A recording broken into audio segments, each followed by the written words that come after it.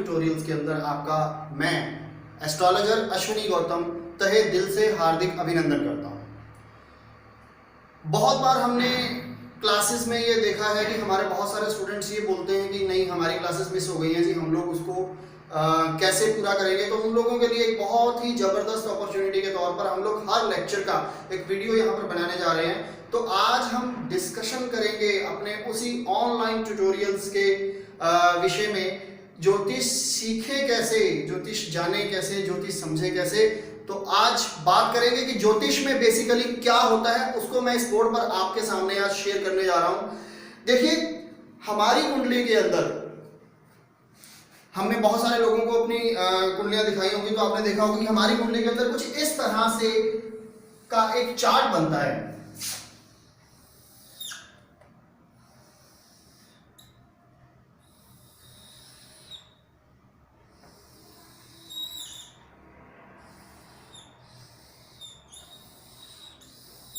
कुछ इस तरह का एक चार्ट बनता है और बहुत सारे ज्योतिषी जो हैं, बहुत सारे के सभी ज्योतिषी जो हैं, इसी चार्ट को देखकर आपके बारे में भविष्यवाणियां करते हैं। तो आखिर इस चार्ट में ऐसा क्या है और ज्योतिष को हम लोग कैसे प्रेडिक्ट करते हैं, उसके बारे में हम यहाँ पर जानकारी लेंगे। सबसे पहले हम ये देखेंगे कि ये चार्ट बेसिकली क्या होता है, इसके बारे में समझने की कोशिश करते हैं। हमारा जो ये चार्ट है, इसके अंदर 12 कॉलम्स बने हुए हैं। अगर हम इसको पहला कॉलम मान लेते हैं, यहाँ से मान लीजिए, सपोज कीजिए कि ये हमारा पहला कॉलम है, तो इसको हम नंबर 2 कॉलम देंगे। ये तीसरा कॉलम है, ये चौथा कॉलम है, ये 5वां, 6वां, 7वां, 8वां, 9वां, 10वां, 11वां और ये 12वां कॉलम है। यानी कि ये 12 कॉलम्स हैं जो कि हमारी ज्योतिष की गणना के लिए हमें यूज करने होते हैं, हमारी कुंडली की कैलकुलेशंस के लिए हमें यूज करने होते हैं।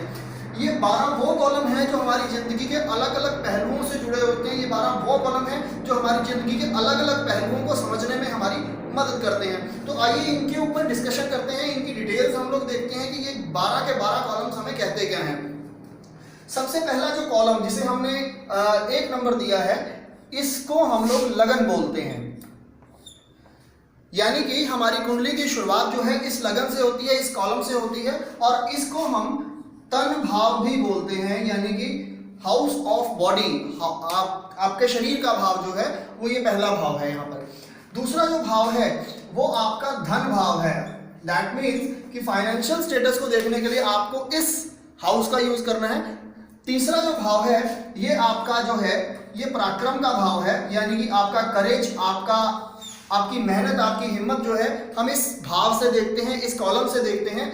चौथा जो भाव है ये आपका सुखों का भाव है, यानी कि सुख स्थान इसको कहा गया है। जितने भी जिंदगी के सुख हैं वो इस भाव से हम लोग यहाँ पर देखते हैं। ये जो भाव हमने रखा है इसका नाम है संतान भाव, यानी कि आपकी संतान का जो स्टेटस है वो यहाँ से देखा जाएगा। इसके बाद ये जो भाव है इसको हमने रोग भाव कहा है, यानी कि आपके शरीर में होने वाली बीमारियों को हम लोग यहाँ से देखते हैं। ये आपके जीवन साथी का भाव है, इसलिए हम इसको पत्नी भाव या भार्या भाव भी बोलते हैं। 8वां भाव आपकी आयु का भाव है। 9वां भाव जो है आपके भाग्य का है और आपके धर्म का है। ये जो 10वां भाव है ये आपका कर्म का भाव है, यानी कि आपके व्यवसाय का, आपके प्रोफेशन का भाव है। 11वां जो भाव है वो आपके लाभ का भाव है, आपकी आय का भाव है, आपकी इनकम का भाव है। ये जो 12वां भाव जो यहाँ पर लिखा हुआ है इसको हम व्यय, यानी कि खर्चा और नुकसान, ये इसका भाव है। यानी कि जब एक बच्चे ने जन्म लिया तो उसकी जो शुरुआत होती है जिंदगी की वो इस भाव से शुरुआत होती है।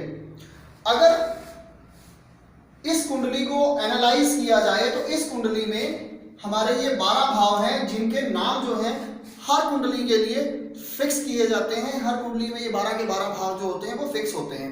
तो आइए देखते हैं कि इसको हम आगे एनालाइज कैसे करते हैं। जैसे कि हमारी कुंडली में 12 भाव होते हैं, इसी तरह से हमारी जो राशियां, जो हमारे ब्रह्मांड में राशियां भ्रमण कर रही हैं वो भी 12 होती हैं और ग्रह हमारे 9 होते हैं। तो इनका लिंक आपस में क्या बनेगा, अभी उसको एनालाइज करते हैं। उसको एनालाइज करने से पहले मैं आपको ये बता देता हूं कि 12 भाव को हम 12 राशियों और 9 ग्रहों के साथ हम यहाँ पर कंबाइन करने जा रहे हैं। इसको हम देखते हैं यहाँ पर कैसे होते हैं। तो सबसे पहले मैं आपको बताना चाहूंगा कि 12 राशियां हमारी कौन कौन सी हैं, 9 ग्रह हमारे कौन कौन से हैं, और उसके बाद हम इन भावों को, इन राशियों को आपस में एनालाइज करेंगे। तो सबसे पहले हमारी जो 12 राशियां हैं, वो पहली राशि है इसमें हमारी मेष राशि, जिसको हम बोलते हैं मेष। दैट मीन्स इंग्लिश में इसको नाम दिया है एरीज का। उसके बाद हमारी जो दूसरी राशि है वो वृषभ है, यानी कि अगर हम बात करें तो इंग्लिश में उसको टॉरस बोल देंगे हम। हमारी जो तीसरी राशि है उसको हम मिथुन राशि बोलते हैं, यानी कि जेमिनाई। चौथी राशि कर्क राशि होती है हमारी, इसको हम कैंसर बोलते हैं। फिर आती है हमारे पास सिंह राशि, यानी कि लियो। फिर आती है कन्या, वर्गो, और उसके बाद आती है हमारे पास तुला राशि, लिब्रा। आठवीं राशि हमारे पास आती है वृश्चिक, इसको हम कहते हैं स्कॉर्पियो। उसके बाद आती है हमारी धनु, सेजिटेरियस, मकर, कैप्रिकॉन। 11वीं हमारी आती है कुंभ, एक्वेरियस, और 12वीं राशि जो हमारी आती है वो आती है मीन राशि, यानी कि पाइसेस। यहां आप ये दे सकते हैं कि मैंने 12 भाव आपको पहले बताए थे कि उनके अलग अलग नाम होते हैं। इसी तरह से हमारी जो 12 राशियां होती हैं वो ये होती हैं। इसका सीधा सा संबंध ये बनता है कि हमारी 12 राशियों और 12 भावों का आपस में कुछ ना कुछ संबंध होता है। उस संबंध को हम आगे जोड़ेंगे, लेकिन इससे पहले हम ये देखते हैं कि हमारे 9 ग्रह कौन कौन से हैं और उनको हम इंग्लिश में क्या कहते हैं, और बाद में इनका संबंध हम उन ग्रहों के साथ जोड़ते हैं और बाद में इनको आपस में तीनों को कंबाइन करेंगे, ताकि हमें इसको समझना थोड़ा सा हमारे लिए आसान हो जाए। तो मैं यहां से इसको रब कर रहा हूं और मैं आपको ग्रहों के बारे में यहां पर बताने की कोशिश कर रहा हूं।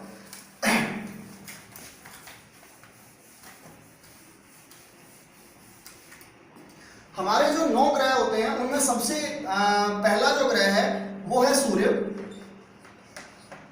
जिसको हम कहते हैं सन। दूसरा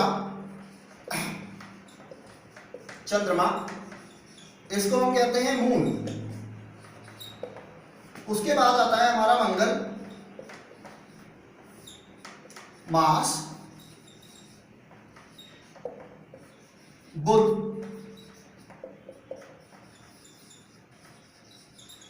मरकरी है, बृहस्पति, जुपिटर, शुक्र, वीनस, शनि, सैटर्न। 8वां आता है आपका राहु, इसको आप कहते हैं ड्रैगन हेड, और 9वां आपका आता है केतु, ये होता है ड्रैगन टेल। 7 मैंने यहां पर अलग से लिखे, राहु केतु को मैंने यहां पर बिल्कुल डिफरेंट लिखा है। इससे सिंपल सा फॉर्मूला ये है कि इन सब का अपना कोई फिजिकल अस्तित्व होता है, और राहु केतु जो हैं वो एक छाया ग्रह हैं। इनकी कोई अपना इनका अस्तित्व नहीं होता है। ये एक धुआं है, ये एक छाया है। बेसिक लेवल पर हमारे ये 7 ग्रह यहाँ पर काम करते हैं और 2 को यहाँ पर मान लिया गया है। तो जैसे ही हम किसी भी प्रशासन को चलाने के लिए एक मैनेजमेंट का, एक मंत्रिमंडल का रोल यहाँ पर रखते हैं, हमारे देश की अपनी प्रशासन को चलाने के लिए हमारे देश का एक प्रशासन बना हुआ है, जिसमें प्रधानमंत्री आता है, राष्ट्रपति है, गृह मंत्री है। हर प्रशासन को चलाने के लिए एक प्रॉपर मैनेजिंग कमेटी होती है। इसी तरह से हमारे ब्रह्मांड के इस पूरे मैनेजमेंट को चलाने के लिए इनका भी एक मैनेजिंग बॉडी बनी हुई है, एक रोल बना हुआ है, उसके ऊपर डिस्कस करते हैं। तो हम सन को यहाँ पर राजा मान लेते हैं, हमारे किंग ऑफ प्लैनेट्स ये है। रानी हम मानते हैं यहाँ पर चंद्रमा को। मंगल हमारे इस ब्रह्मांड का सेनापति है। बुध जो है वो राजकुमार है। बृहस्पति देवगुरु हैं। शुक्र जो हैं वो दैत्य गुरु हैं।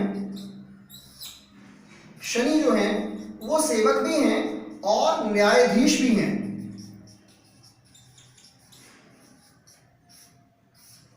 ये जो राहु और केतु का इसमें यहां पर कंसेप्ट यहां पर देखिए, इन दोनों को मैं सेना की कैटेगरी में डाल देता हूं।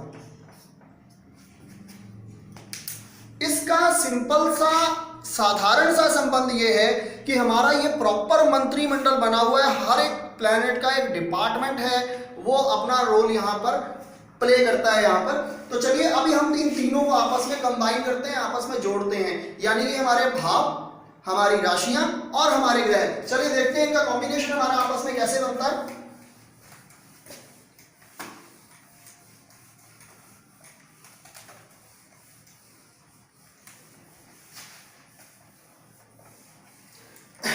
अभी हमने यहां पर देखा था कि हमारे 12 भाव थे, 12 राशियां थी और हमारे 9 ग्रह थे। बेसिकली ज्योतिष के अंदर इन 3 चीजों की प्रॉपर स्टडी करने के बाद हम किसी निष्कर्ष पर निकलते हैं। अगर हमारा कंट्रोल हमारे भावों पर, राशियों पर, ग्रहों के ऊपर है तो हम ज्योतिष में अपनी प्रेडिक्शन बहुत ही सटीक और बहुत ही स्ट्रॉन्ग कर सकते हैं। तो आइए हम इनको जोड़ते हैं आपस में जोड़ने के बाद ये देखेंगे कि ये लोग कैसे काम करते हैं आपस में। तो हमारे 12 भाव जिसके नाम हमने यहाँ पर डिसाइड किए थे, तन भाव है, धन भाव है, पराक्रम भाव है, सुख भाव है, संतान भाव है, रोग भाव है, भार्या भाव है, आयु भाव है और भाग्य भाव है, कर्म भाव है, आय का भाव है और व्यय का भाव है। हमारी जिंदगी की 12 जरूरतों को पूरे करते हुए 12 भाव यहाँ पर हैं और हमारी 12 राशियां और 9 ग्रह हमने यहाँ पर अभी डिस्कस किए हैं। अब अगली बात हम करेंगे कि इनका आपस में संबंध क्या है। देखिए हमारी जितनी भी राशियां होती हैं, सभी राशियों का ग्रहों के साथ यहां पर कनेक्शन बनाने जा रहा हूं। पहली राशि हमारे पास थी मेष। मेष राशि का स्वामी कोई ना कोई ग्रह यहां पर होगा, यानी कि इन राशियों का कोई ना कोई जो स्वामी होगा वो कोई ना कोई ग्रह होगा। तो मेष राशि का जो स्वामी है वो मंगल ग्रह है। इनका ये आपस में संबंध है कि मेष राशि के जो स्वामी हैं वो मंगल हैं। वृष राशि के जो स्वामी हैं वो शुक्र हैं।